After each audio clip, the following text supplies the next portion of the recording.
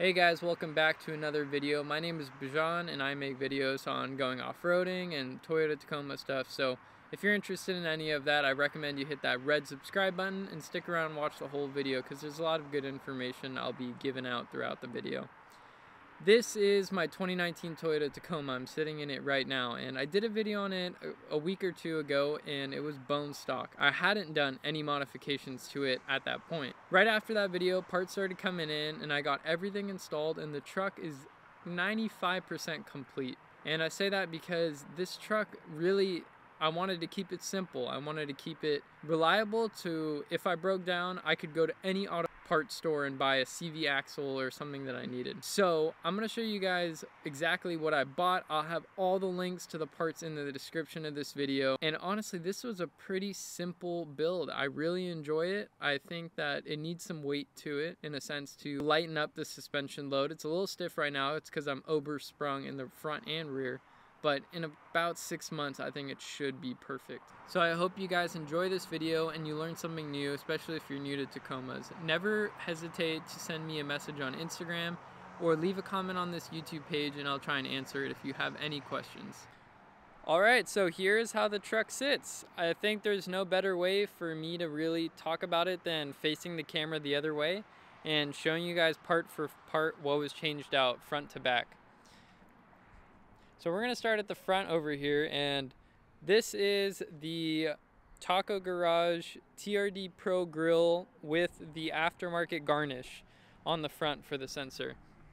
I've had no problems with the grill as of now. There have been no sensor errors, no reading problems, and everything has worked just like it should. I was also really happy with the quality and the fitment of this grill. Everything fit like it should, and I really don't think I could tell the difference between OEM and this aftermarket grill. You can't see it, but the letters are actually screwed in on the back, which is much better than some of the alternatives which involve glue. The purpose of this mod was to lower the sensor's height. Since I was going to be lifting the front of the truck, I wanted to get the sensor, instead of being up here on the original grill, to down here. The TRD Pros include the sensor down here for what I believe is because of the 1-inch extra lift that the TRD Pro has. Or it could just be the styling of the grill and I'm completely wrong, but I think that it looks better and I've had no sensor errors with this grill. The one thing I spent a lot of time picking on this truck was the tires. I was looking for a deload tire and a 35, and also for it to be not too heavy, and I stumbled upon these. These are the Kenda Cleaver RT tires. These Kenda tires are offered in a 35 by 10.5 by 17 configuration. Looking at the truck from head on, you can definitely tell these are narrower than a regular 35. But they also measure out higher than the 315/70s or 315/75s I've seen. These measure out to a true 34.6 under load, which is a lot higher than my old Falcon Wild Peaks, which were in a 315/75/16. I'll be making a separate video on these tires coming soon, but they are by far one of my favorite tires I have owned. These rims are FN 5 stars, and I specifically chose them because they're 17 by 8.5 with a -6 offset. I don't like my tires, unless I'm long travel, I don't like them sticking out way past the fender, and these tuck underneath. They look perfect, they're almost flush to me, and I don't have any rubbing issues, so that was one of the most important things when picking out these rims. And I gotta say, they don't look bad. You know, they're matte bronze. They look pretty good. I wish the center cap was different, but you know, I'll change that out for a different one whenever I find one. Here, we're gonna get into what I did for front suspension. First thing I want to talk about is these SPC upper control arms. The best thing I found about these SPC upper control arms is that you can adjust your camber and your caster all from the upper control arm. For the suspension, I went with King 2.5 remote reservoir extended travel coilovers with 650 pound springs. I went with Kings because I've had good experiences with them in the past. They have always been a good shock for me, and I found them to really be suitable for California deserts. If you get any shock tuned, they're bound to be good for you too, so don't limit yourself to only one option. Take a look at the difference between progressive and digressive valving. take a look at the difference between different shock companies and what they have to offer. A lot of people ask me where to buy shocks from. I recommend AccuTune Off-Road. They will tune your shocks for you, which is so important. A lot of people will go buy Kings or Icons or Foxes, and they'll say, wow, this coilover that I bought for $1,800 really doesn't feel that good off-road. The truth is, yeah, of course it doesn't feel that good off-road because you haven't got it tuned. You know, you got to set things up. You got to make sure they're valved properly, and they're going to feel good for your driving style once they're all set up by someone who knows what they're doing.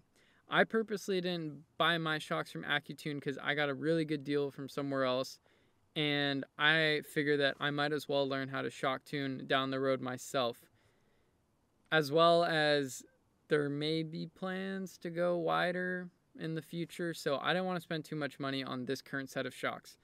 However, if you want to buy shocks once, you want to cry once and be done with it, spend your money, go to AccuTune Off-Road, tell them your honest driving style when you purchase those shocks, and you will get something set up way better than what I have that's stock out of the box or what a lot of other people have just buying off somewhere else. So take that hint of advice and run with it, because you will get much better performing shocks from AccuTune or somewhere that actually tunes their stuff compared to straight out of the box. So another thing that I did was ripping that sway bar off. If you have a sway bar and aftermarket coilovers, I recommend you try taking off that sway bar and seeing if it helps you out, if you like how it feels more. I really like the feel without a sway bar, so you know that already came off one of the first things I did. With the SPC control arms, the King coilovers, the cab mount chop done, and the front trimmed a little bit and no sway bar, I'm very, very happy with this front setup. Also underneath the truck, you can see that there is All-Pro aluminum front skid plate, and tucked way up in there is the mid skid from All-Pro. I went with aluminum skid plates for this truck, well, at least for the front. The mid skid is a steel skid plate, but it was $44, so who cares? They're All-Pro skids. I went with aluminum for the front just because I really want to keep everything light. I want to keep the front end light. I didn't want to put steel skid plates and then put on a steel bumper and then a winch. So I have to sacrifice somewhere, and I sacrificed in that aluminum skid plate. This truck really isn't going to be seeing rocks like the old truck did. I'm not going to go bash this thing around, at least for a couple more years. This thing is 2019. I've never owned something this, this new, so I'm appreciating it and I'm taking care of it. So aluminum skid plates are the way to go. If you want to save some weight, you're really not going to go beat your truck. You don't need steel, but I will say the second I start wanting to drive this thing on different harder trails, the skid plates are all coming out for steel. So until that happens, I'll keep driving with the aluminum ones and it'll work for now. So I've talked about these sliders before, and I think they are one of my favorite pieces of armor to put on a truck. These are made from a buddy out in Lomita, California. So if you're in SoCal, give me a text or a message and I'll hook you up with a set of sliders from him.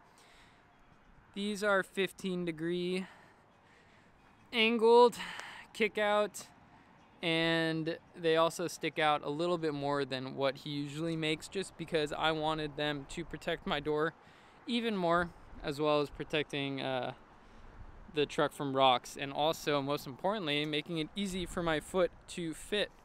And I've figured all of that out with this set of sliders that he built for me. It took me quite a bit of time to piece together this rear setup. I've had this rear setup before, but I didn't really want to do it again, but I ended up doing it just because it worked anyways, and it worked really well. These are Bilstein B110 rear shocks. These are the cheapest pair of extended length shocks that you can buy that extend up to 27 inches, and I'll talk about why that's so important in a second. These are OME heavy duty Dakar leaf springs way down here.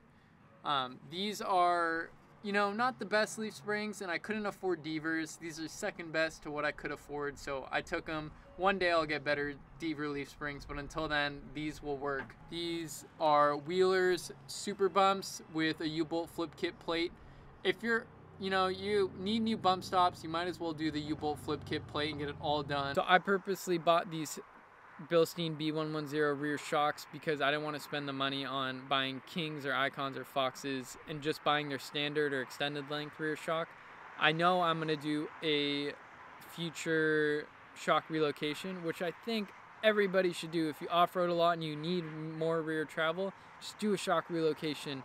Don't buy the King extended or standard length stuff. That's like $800 to $1,200, somewhere around there. It's not worth it. Go buy yourself a relocation, spend a little bit more, just get it done, and you'll have a ton of rear travel. I would rather have my my leaf packs be my limiting factor than my shocks. So that's one thing to always keep in mind. So that's pretty much it to show on the truck. I did the front suspension, the rear suspension, and for this budget build, I am very happy with how it came out.